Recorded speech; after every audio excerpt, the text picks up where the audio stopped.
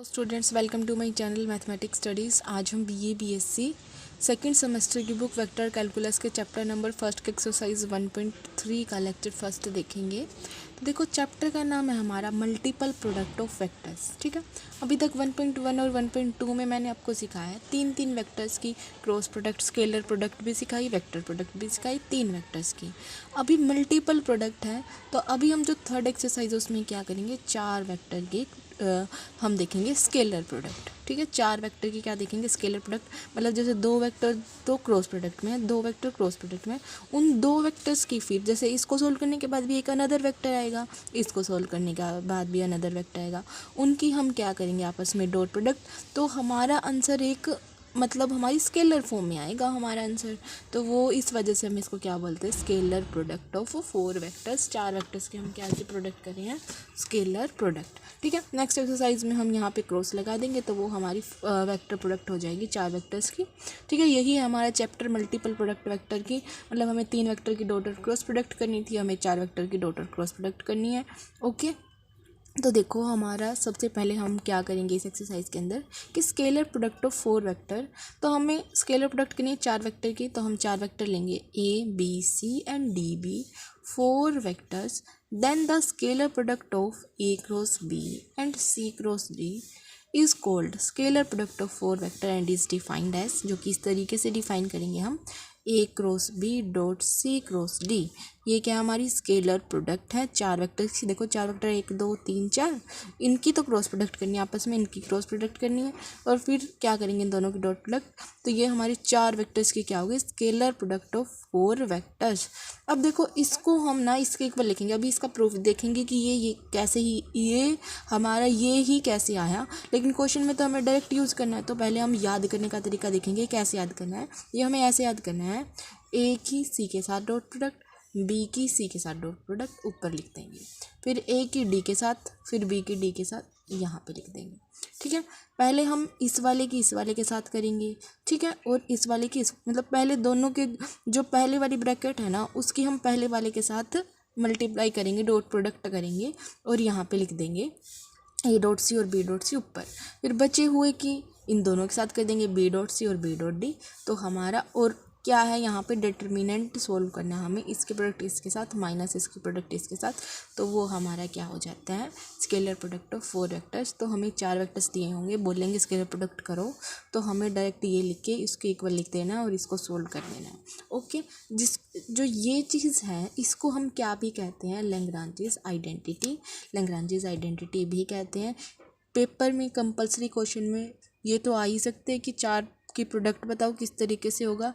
Direct ये भी पूछ सकते हैं कि लैग्रांजेस आइडेंटिटी क्या होती है, तो बच्चों को पता ही नहीं होता क्योंकि ये ध्यान नहीं जाता इतना। तो लैग्रांजेस आइडेंटिटी हमारी यही होती है, चाहे फोर वेक्टर्स आ जाए आपका scalar product of four vector या फिर लैग्रांजेस आइडेंटिटी, आपको यही करके आना है। ठीक है, अब ये तो हो गया, हमने ये देख लिया, लर्न कर लिया कि ऐसे हमने करना है याद।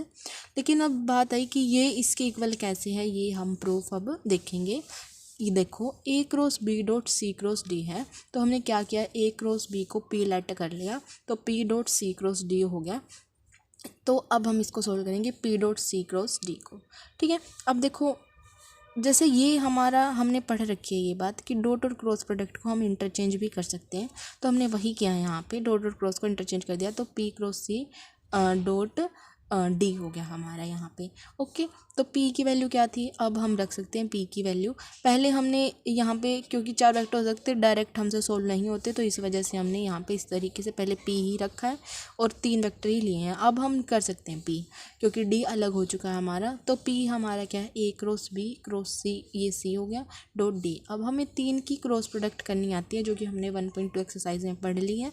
वो क्या होती है, इसकी डॉट प्रोडक्ट इसके साथ और बीच वाली टर्म इनटू में माइनस ब्रैकेट आगे है, तो ये वाली टर्म पीछे आएगी हमारी, और ये क्या हो जाएगा हमारा, बी डॉट सी लिख दो, सी डॉट बी लिख दो, आपकी मर्जी है। और ये हमारी क्या हो रखी है, डॉट प्रोडक्ट डी के साथ। ठीक है, ये ए डॉट सी, अभी अंदर डी की डॉट प्रोडक्ट करेंगे तो B dot D minus C dot B और ए डॉट डी आ गया हमारा।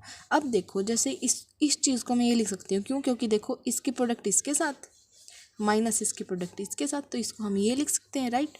तो हमने क्या देखा कि ये था ना जो हमारा वो इसके इक्वल आ गया, तो ये हो गया हमारा प्रूफ कि ये चीज़ इसके इक्वल आ गई। अगर आपका पेपर में 2 मार्क में ये आता है ना लैग्रैन्ज आइडेंटिटी, तो आप ये तो करेंगे, साथ में इसका प्रूफ भी करके आएंगे, तभी आपको 2 मार्क मिलेंगे, वरना हाफ मार्क्स में एग्ज़ामिनर काम चला देगा। ये बिल्कुल, ये जैसे आप 10th 12th तक करते थे ना कि बिल्कुल point to point yes no लिख देते थे कि है या नहीं है, या फिर बिल्कुल ये थोड़ा थोड़ा।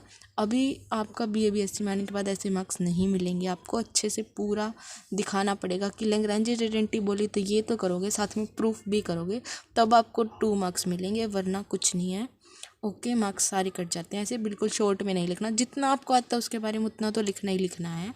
उसके बाद देखो, जैसे ये हो गया, इसकी एक क्रोलरी भी है कि क्वेश्चन में आ भी जाए डायरेक्ट, तो वो क्या होती है कि a क्रॉस b का स्क्वायर है ना, वो किसके इक्वल होता है, a² b² minus a dot b का स्क्वायर। देखो ये कैसे आया है हमारा, जैसे a क्रॉस b का स्क्वायर है तो ये क्या होगा, a cross b to a cross b, ऐसे ही होगा हमारा ये।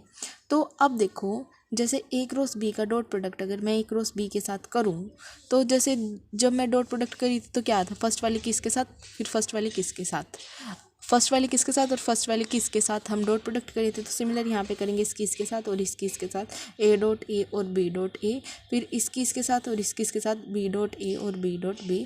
तो ये क्या हो गया, अब हम करें मल्टीप्लाई, तो a² b² minus a dot b का स्क्वायर, क्योंकि b dot a dot b एक ही सेम होता है, जो हमारी स्केलर प्रोडक्ट होती है उसके अंदर a dot b dot a से कुछ फ़र्क नहीं पड़ता, वो सेम बात होती है। तो ये हमारा इक्वल आ गया। इसकी क्रोलरी भी आ सकती है आपके एग्जाम में कि प्रूव करो ये इसके इक्वल है, तो आपको ये चीज़ आनी चाहिए इस तरीके से। ओके, अब देखो क्या है हमारा नेक्स्ट टॉपिक कि वेक्टर प्रोडक्ट ऑफ 4 वेक्टर्स। अभी हमने क्या किया है, हमने की है स्केलर प्रोडक्ट। अभी हम क्या करेंगे, देखो मैंने अभी बोला था ना आपको कि हम ये कर रहे हैं, पहले जैसे 4 वेक्टर्स हैं हमारे पास, इनकी हमने अभी की स्केलर प्रोडक्ट, किनके बीच में डॉट है। अब हम क्या करेंगे, इनकी वेक्टर प्रोडक्ट पढ़ेंगे कि मतलब इनके बीच में क्रॉस हो। ये मैंने बताया था कि हम नेक्स्ट लेक्चर जो नेक्स्ट आर्टिकल है उसमें ये पढ़ेंगे। तो ये है हमारा कि वेक्टर प्रोडक्ट ऑफ 4 वेक्टर्स, ठीक है। तो ABCD हमारे पास 4 वेक्टर्स हैं।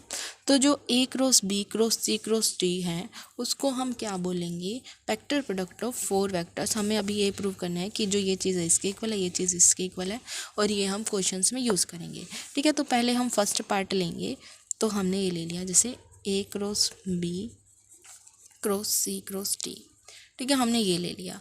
अभी बात तो दोनों में सेम है, लेकिन हमें प्रूफ ये अलग चीज़ दिख रही है, ये अलग चीज़ दिख रही है। तो पहले हम एक को P मानेंगे, फिर दूसरे को P मानेंगे, क्योंकि 4 की प्रोडक्ट तो हमें डायरेक्ट करनी नहीं आती, हमें तो 3 की प्रोडक्ट करनी आती है।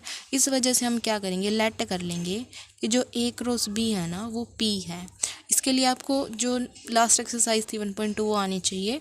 ओके, तो अब अगर ये P है तो ये हम यहाँ पे लिख सकते हैं P cross C cross D equals to, ठीक है। अभी इसकी प्रोडक्ट कैसे होती है, इसकी डॉट प्रोडक्ट इसके साथ, तो क्या हो जाएगा यहाँ पे P डॉट D इंटू में C माइनस ब्रैकेट पीछे है तो ये टर्म पीछे आएगी D, और ये क्या हो जाएगा P डॉट C।